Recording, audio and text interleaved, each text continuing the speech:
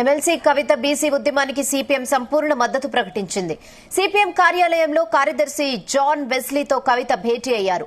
బీసీలకు 42% రిజర్వేషన్ల సాధనకై జూలై 17న తలపెట్టిన రైల్ రోకోకు మద్దతివ్వాలని కోరారు. కామారెడ్డి డిక్లరేషన్ అమలు కోసం 2 ఏళ్లుగా ఉద్యమిస్తున్నామన్నారు.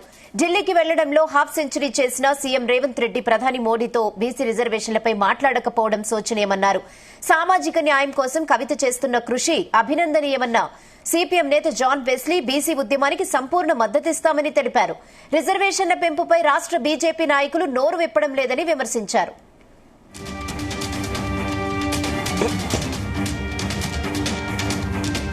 చెప్పి ఆనాడు చెప్పడం జరిగింది. కానీ బిల్లు అక్కడికి పోయి 3 నెలలు దాటిపోతున్నా కూడా ఇంతవరకు చడీ చప్పుడు చేయకుండా రాష్ట్ర ప్రభుత్వం ఉండడం బీసీలకు అన్యాయం చేయడంగానే మేము భావిస్తా ఉన్నాం. అదేవిధంగా మరి ఈ మధ్యలోనే ముఖ్యమంత్రి గారు దాదాపు హాఫ్ సెంచరీ టైమ్స్ అంటే 50 సార్ల పైచిలకు ఢిల్లీకి పోయొచ్చినా కూడా ఒక్కసారి కూడా ప్రధానమంత్రి గారితో బీసీ బిల్లు పైన మాట్లాడకపోవడం నిజంగా శోచనీయం. అందుకే మరి కేంద్రం పైన ఒత్తిడి పెంచాలి, రాష్ట్రం పైన ఒత్తిడి పెంచాలి అంటే మార్గం ప్రజా ఆందోళననే, ఉద్యమ బాటనే అని నమ్మి తెలంగాణ జాగృతి, యునైటెడ్ పూలే ఫ్రంట్ 2 కూడా మరి జూలై 17వ తారీఖు నాడు రాష్ట్రంలో ఉన్నటువంటి రైల్వే నెట్వర్క్ అంతా స్తంభించే విధంగా రైల్ రోకో చేయాలనేటటువంటి కార్యక్రమాన్ని తీసుకోవడం జరిగింది. ఈ కార్యక్రమానికి మద్దతుగా మరి కలిసి వచ్చేటటువంటి లైక్ మైండెడ్ వ్యవస్థలను, వ్యక్తులను అందరినీ కూడా కలుస్తా ఉన్నాం. ఏ సంస్థ చేసినా, ఎవరు చేసినా న్యాయమైనటువంటి పోరాటాలకు ఎప్పుడైనా సిపిఎం పార్టీ మద్దతు ఇస్తుంది.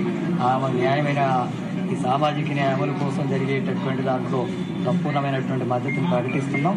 అట్లాగే 17 తారీఖున రైలు రోకో కార్యక్రమానికి కూడా పిలుపునివ్వడం జరిగింది. ఈ రైలు రోకో కార్యక్రమం రాష్ట్ర వ్యాప్తంగా కాబట్టి ఒకసారి మా పార్టీలో మాట్లాడుకొని వీలైనంత త్వరలో మా అభిప్రాయాన్ని కూడా తెలియజేస్తాం.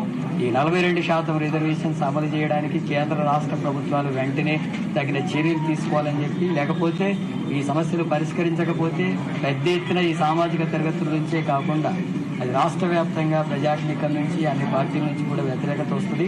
ఆ ప్రభుత్వాలకు కూడా తగిన గుణపాఠం చెప్పేటటువంటి పరిస్థితులు వస్తాయని చెప్పి ఆనాడు చెప్పడం జరిగింది. కానీ బిల్లు అక్కడికి పోయి 3 నెలలు దాటిపోతున్నా కూడా ఇంతవరకు